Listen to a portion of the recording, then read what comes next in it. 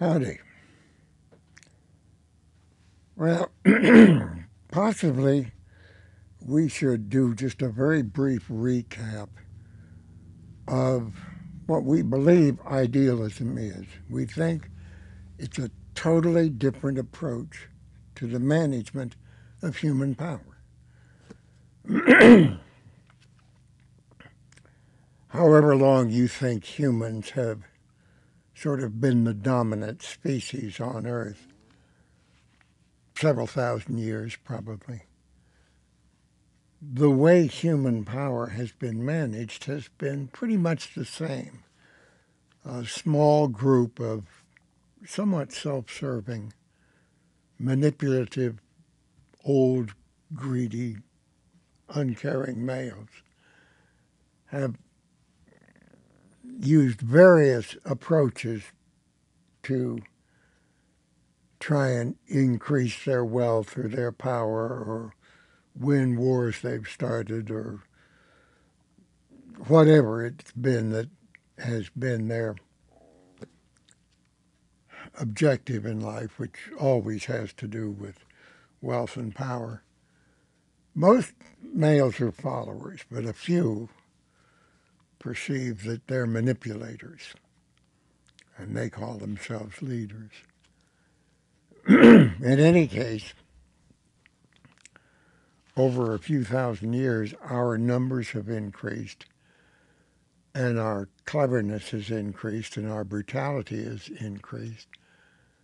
So we're we're kind of the most self-destructive species, probably. And we are now approaching a point in which mismanagement of human power globally, locally, nationally is threatening the continued health of the planet. And we only have this one planet as far as we know. And most humans, there are supposed to be over 7 billion humans today, are living kind of miserable lives. Not all. Some are having a wonderful life, but many all over the earth are suffering and are desperate and in many cases are hopeless as far as meeting the needs of their loved ones. And the end result of that situation is always very negative. So I personally believe in my own experiences that only women know how to meet basic needs. They have great, great skills. Women are more capable in these areas than males. And it's probably because we're all created from women. We all come from women. They are responsible for our continuation as a species. They have to organize us at conception, and they'll pick some male and use his sperm, but it's their egg, but it's their body and it's their nurturing, and they spend almost a year building this infant, and then they spend anywhere from 20 to 60 years guiding the infant and nurturing the infant and teaching the infant and so on and so on. Quite a radically different process if the infant's a girl than if it's a boy. So I knew none of this. I was a normal male pig and for 40 years. And then here come three little children, and their mother took off to be a nightclub singer. And they and I struggled for a dozen years to figure out how to meet their needs. I had no clue and no skill. And my opinion of women's abilities just shot up over those 12 rather tense years. And the girls who were 1 and 2 when we started became teenagers, and we had to find an adult woman. We found Hannah. I was fired the next day as an inadequate mother, and she took over. And I began to study the differences between women and males. And so, in any case, we don't have lots of basic needs, and ours are pretty much the same as other species. Pretty much everyone needs food. Plants and trees need food. Animals need food. We need food. Some kind of shelter sometimes. Care if you get ill or injured. Learning. We more than most species seem to need a lot of structured teaching. I don't know why that is. We may be God's mistake. I don't know what she had in mind, but we're the neediest of the species. And we need opportunity, among other things, to earn a living wage from our youth to our death to meet the needs of loved ones.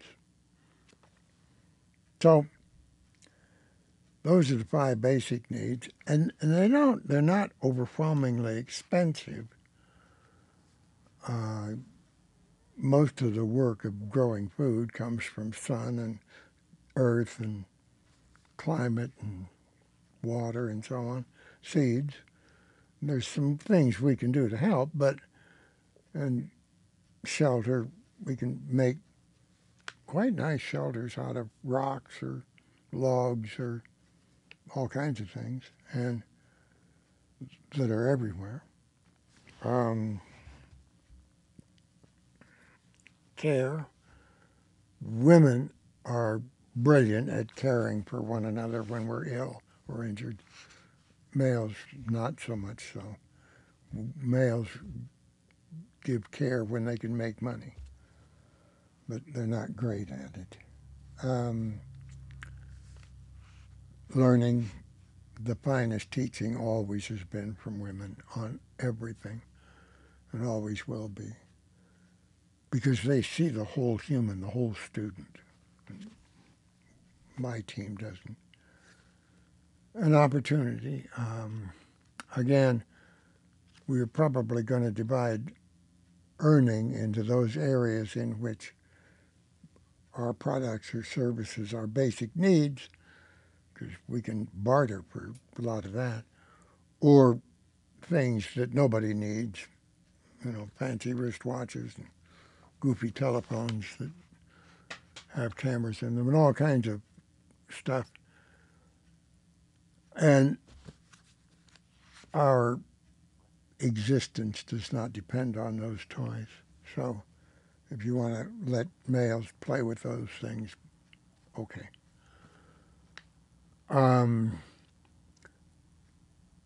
There's possibly a couple other needs beyond food, shelter, care, learning, and opportunity. Relationship skills. Again, only women are great at relationship nurturing and maintenance. And maybe spirituality. I'm very leery of organized religion, but possibly women could take the essence of a half a dozen organized religions and put them together, the things they agree on, like meeting needs and peace instead of war and what have you, and create a more reliable spiritual context than we now have. One of the things we absolutely have to do, we have to redefine sovereignty. I mean, we started in caves and trees and so on, so sovereignty was the bullies in this cave or this tree fighting the bullies in the next cave or tree. And eventually we got to little villages and city-states and nations. That's as far as we've gone. But we learned in the 20th century in World War I that we had to have global sovereignty. Otherwise, wars were killing tens of millions. And we really, we tried to organize the League of Nations to sort of monitor our self-destructive impulses as a species. But that was destroyed in the United States Senate by old, white, ignorant, greedy males. And the United Nations in World War II, 20 years later, was equally destroyed by the same gang. Um, so we have nothing. We have no means of managing the meeting of global needs. The fact that many of our problems are global. When we destroy the climate, we destroy it globally. When we damage or empty the ocean, we do it globally. Um, Hunger is global. The repression of women is global. And so you have to have some kind of global management. So we need two or three women to write a universal global constitution to go with Eleanor's universal rights, which was the hard part. She did that in 1948. Nobody's ever changed anything. They've just refused to teach what's in her Bill of Rights. But it does need a constitution, and ours is not adequate. Ours was fine then in a rural society organized by males who wanted to be the kings of 13 colonies and collect all the taxes otherwise going to King George in England. But it's not appropriate for 200 nations today. And it has to be based on meeting not only human needs, but the needs of all forms of life. It is not okay that we destroy all the other species just because we're stupid and uncaring. And we have to control our own population. We have over 7 billion. We can probably properly feed 4 billion. So when we control population, that means we have to control organized religions. It is possible. I mean, the United States has had this thing called the American Dream. And we actually had a period in which the American dream was kind of realized by tens of millions of us. Hannah and I lived through that period. It didn't last very long. It sort of was the end of the 1950s until 1980, just over 20 years.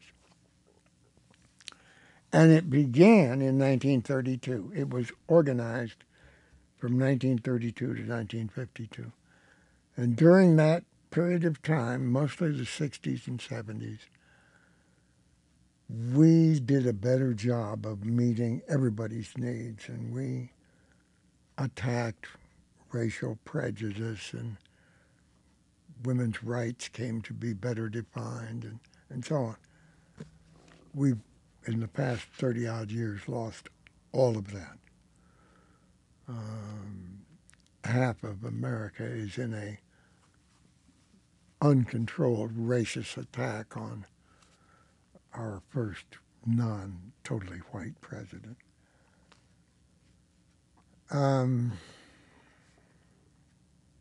Anyway, the American dream involves meeting the basic needs of your loved ones, more or less from birth to death. And if that becomes the goal, we can reorganize a great deal of our structure, and we can meet those needs. We have a plentiful planet. It's not destroyed completely. We're well on the way to destroying it, but that could be turned around. But it that can't be put off. It's now we have to make these changes. And basically, this process can only be managed by women because they're skilled at meeting needs and males are not.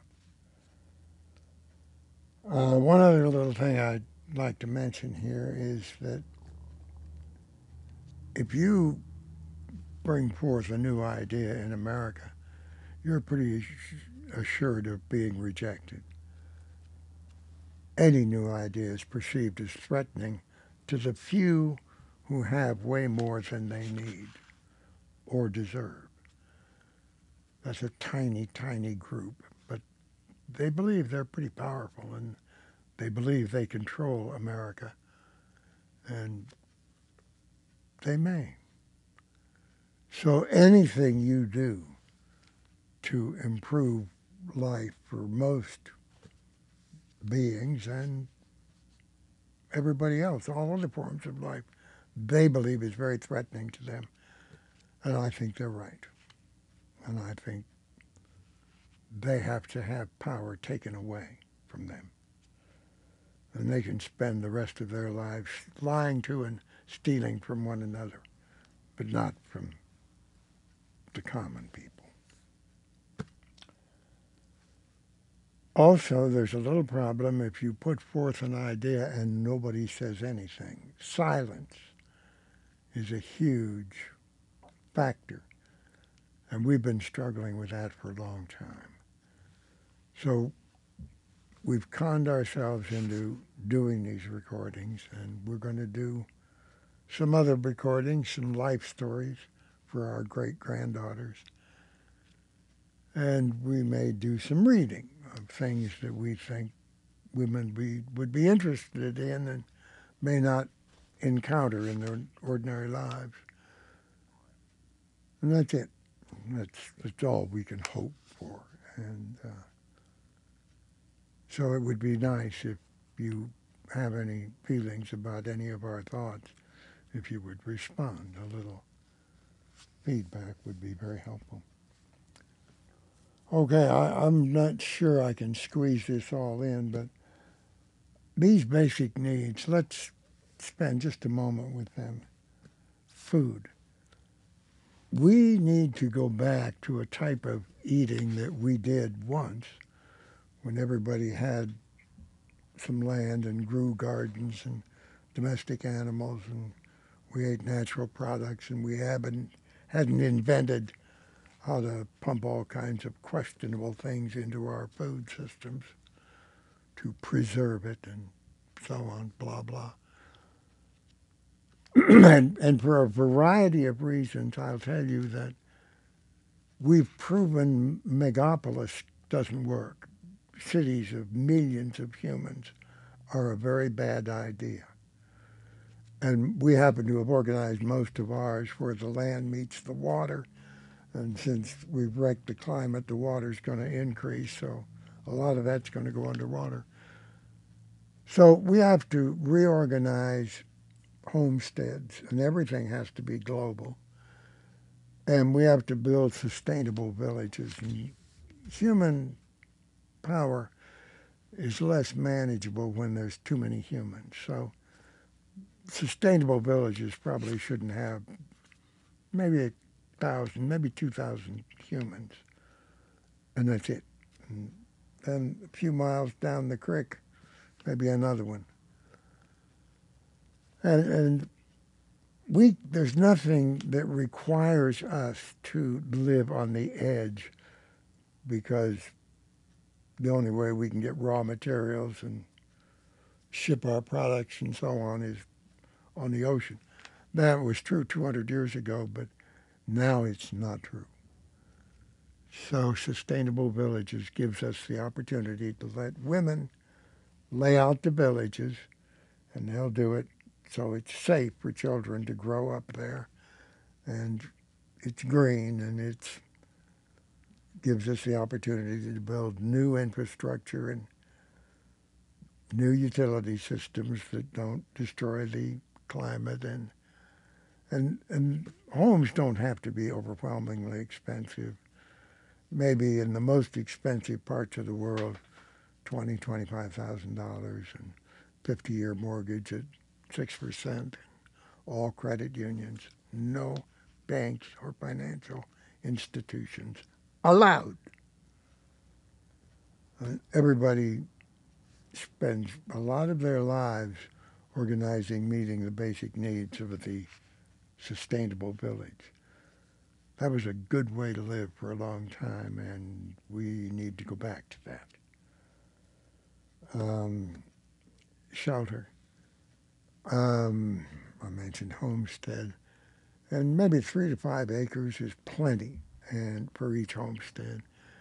And but you have to have topsoil, or you have to bring it in, and maybe build vertical gardens, and so the sunlight can get to the seeds you plant, and you may recirculate the water and keep it clean, but you have to have healthy water to grow healthy food.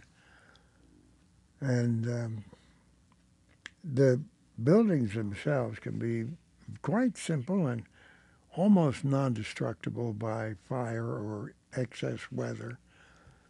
And they don't have to be all that large. 1,000 square feet is probably enough for a family of four. And we shouldn't have families bigger than 2 adults and 2 kids. And you should be able to add on if you want to add a room on after the kids get in high school or something. Um, okay. Care. Health care is by women. We need family doctors from birth to death, and that's only available with nurse practitioners. They see the whole human. They treat the whole human. Specialists see a little sliver of a human, and that's what specialists practice medicine. Women heal. So in each neighborhood, there has to be a family doctor, woman practitioner, and you have to use global drugs. We don't need 10,000 drugs. A few hundred drugs will meet human health needs globally, and they can all be very, very affordable because the market is so big, and better drugs are not expensive.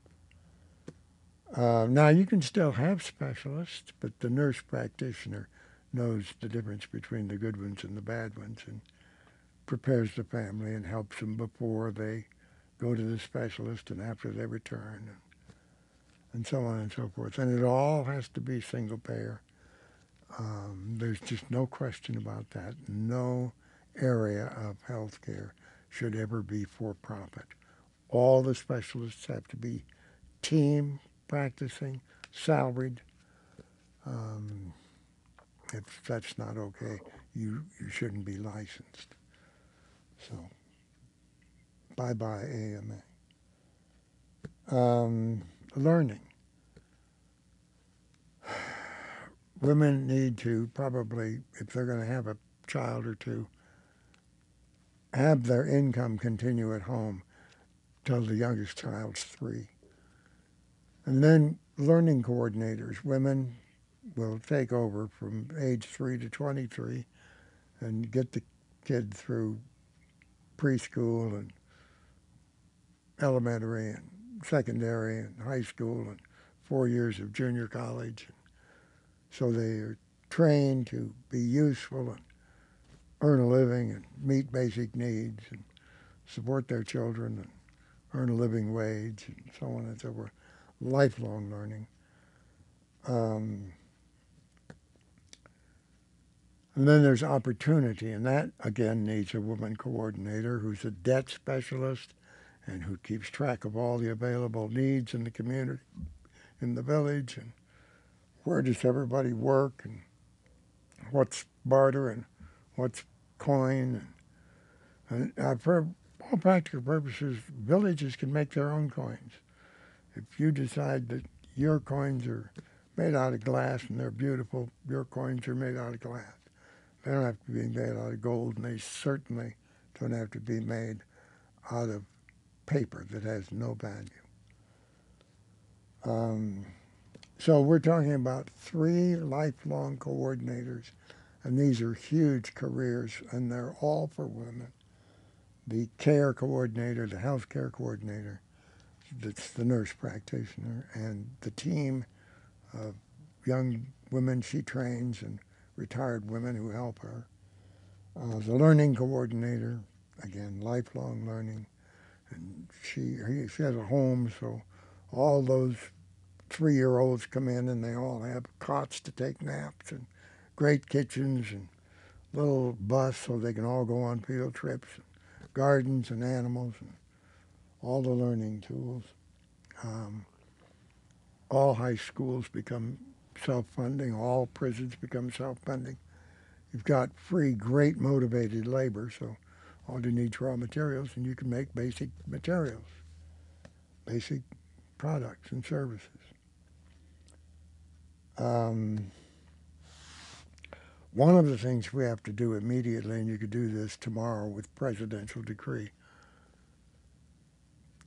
if we used to make every product that we ever used when Hannah and I were enjoying that period in which the American dream, America made all of the things it used and needed. And many of those products were the best on earth. The best cars, the best television, the best watches, the best clothes, best shoes, best everything. Okay, clever, questionable males shipped all those jobs to starving people everywhere on earth. That all has to be brought back. So if you want to sell any product or service in America that once was made here but is now made somewhere else, when it enters America, 20% tax, 10% by whoever made it in whatever country, and 10% by whoever's importing it here.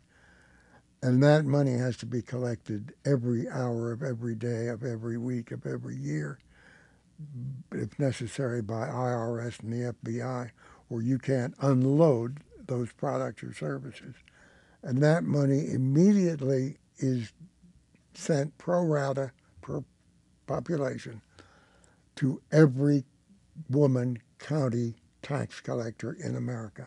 And if you have counties in which you don't have women tax collectors, change that immediately. So they all become women tax collectors.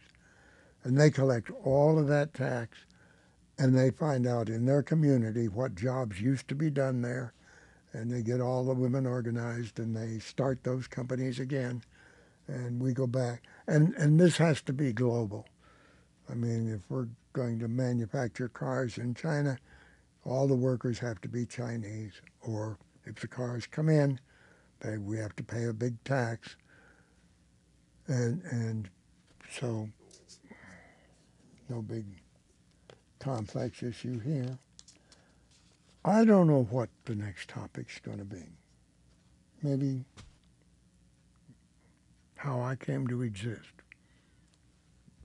Something about my father and mother. And I was born in the beginning of the Great Depression, so that'll take us there, and that'll take us to the greatest woman who ever lived on earth.